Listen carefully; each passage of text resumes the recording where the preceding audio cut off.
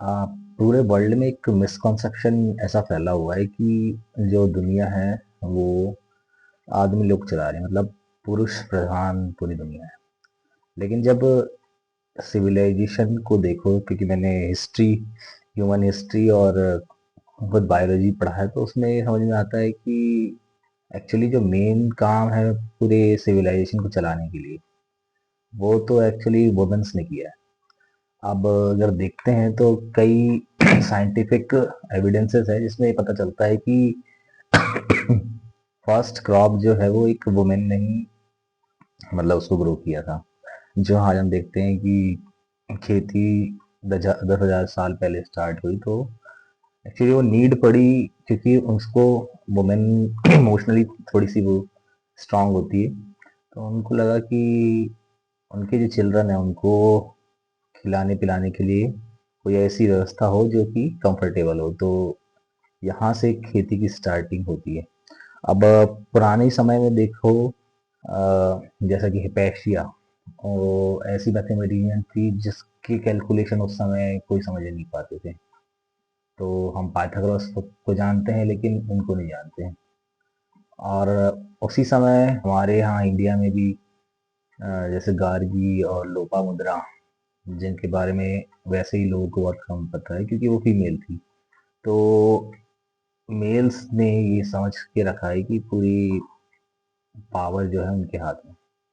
लेकिन moon landing भी हुई तो उसकी कैलकुलेशंस, हालांकि नील आर्मस्ट्रॉन्ग वहां पे जाते हैं, लेकिन उसका जो कैलकुलेशंस है कि मून कैसे लैंडिंग करेगा और फिर कितने स्पीड से उसको वहां पहुंचाना है, ये सब की कैलकुलेशंस एक फीमेल साइंटिस्ट जिसका नाम कैथरीन जॉनसन है उनने करी थी।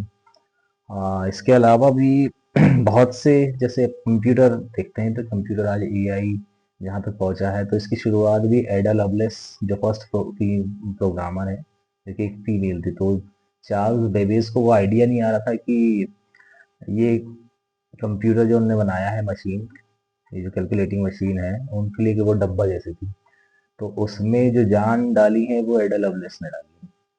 अब एक और चीज देखते हैं कि आइंस्टाइन को हम सबसे दुनिया का मतलब स्मार्टेस्ट पर्सन, सबसे बड़ा कूल साइंटिस्ट मानते हैं, लेकिन उनकी जितनी कैलकुलेशंस होती थी उनकी वाइफ मेलिवा करती थी, जो कि खुद एक फिजिसिस्ट थी। लेकिन ये बात किसी के सामने कभी आई नहीं, क्योंकि आइंस्टाइन भी कभी कभी ये सोचते थे कि वो अगर आएगी तो आइंस्टाइन का नाम नीचे आ जाएगा या दब जाएगा। अब यहाँ ये भी समझ में आ रहा है कि जहाँ जहाँ ह्यूमन सिविलाइजेशन ने टर्न लिया है वहां पे वुमेन का बहुत बड़ा हाथ है। तो जैसे कलिंग का युद्ध भी अशोक को रोक पाना वैसे ही किसी के लिए पॉसिबल नहीं था, लेकिन वहाँ एक फीमेल ने उसका रास्ता रोक ली, तो वो एक्चुअली अशोक का पूरा की लाइफ ही चेंज हो गई। और रिसेंट टाइम में भी अ, हमारे यहाँ झांसी की रानी थी, उनने जब तलवार उठाई तो अंग्रेज लोग को समझ में नहीं आया और वो बहुत से उनको चालाकी करके उनको मारना पड़ा। दूसरी तरफ अगर फ्री एजुकेशन की बात करेंगे तो ये कॉन्सेप्ट सबसे पहले सावित्रीबाई फूले, जिन्होंने गर्ल्स के लिए फ्री एजुकेशन और इसके साथ साथ बाकी लोगों के लिए भी।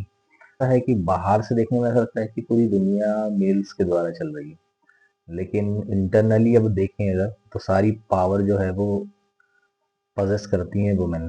क्योंकि जब जब वो, क्योंकि उनको सही टाइम का सही मौका नहीं मिल पाया, शुरू से नहीं मिल पाया पूरा बराबरी का, और उनको फैमिली भी चलानी होती है। अब आज भी अगर हम देखते हैं कि अगर कोई वुमन ड्यूटी कर रही है तो उसको घर भी पूरा अपने दम पे संभालना है, हर वो चीज, यहाँ तक कि घर भी सही रहता है। जबकि किसी मेल को ही देख लो, मेरे को ही देख लो, तो मैं ड्यूटी कर रहा हूँ लेकिन घर में इतना एक्टिव तो हूँ नहीं मैं, है ना। तो ऐसा ही सभी मेल्स के साथ है। तो मेल के पास कहीं ना कहीं उतनी पावर नहीं है जो कि बाहर दिखती है। तो ऐसा समझ में आ रहा है कि एक्चुअल में तो सारी power are they all the power possessed by womens only. तो मेल्स ये भ्रम में ना रहे कि दुनिया उनकी वजह से चल रही है। एक्चुअली में जो दुनिया चल रही है वो ये है, और ये बात समझ में आ जाना चाहिए। क्योंकि इसके बाद जो अब समय आ रहा है, अभी हम मीरा मुराती की बात कर रहे हैं, जिन्होंने एआई में एक थिंकिंग लैब बनाई है। जो कि मेरे ख्याल से इलॉन मस्क और सैम ऑल्टमैन और गूगल को बहुत पीछे छोड़ने वाली है। मैरी क्यूरी, जो पूरे ह्यूमन हिस्ट्री में है, एक ऐसी पर्सन है जिनको 2 बार नोबेल प्राइज मिला है, एक फिजिक्स के लिए और केमिस्ट्री के लिए, जो कि आज तक किसी मेल को नहीं मिल पाया। तो ये सब बात बताने का मतलब ये है कि एक्चुअल रियलिटी जो है वो हमेशा दबाई जाती है, क्योंकि अगर ये सारे पावर्स, ये सारी फ्रीडम अगर वुमेन को पहले मिलती तो दुनिया कुछ अलग तरीके से चलती।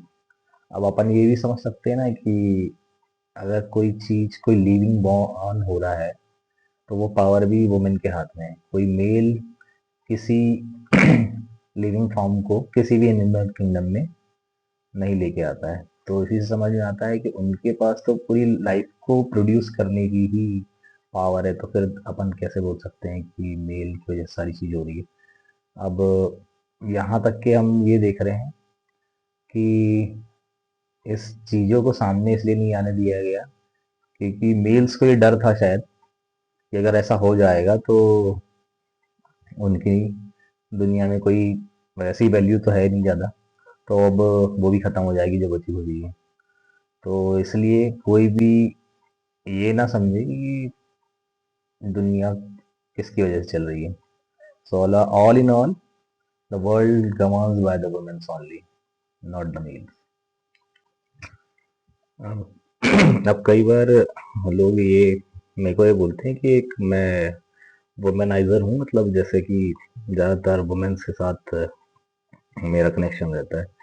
लेकिन मैं ये बोलूँगा कि मैं तो पावर के ज़्यादा टच में रहना पसंद करता हूँ, क्योंकि मेरे को ये समझ में आता है कि जहाँ सबसे ज़्यादा पावर है अगर वहीं रहे तो हमारा प्रोटेक्शन ज़्यादा होता है।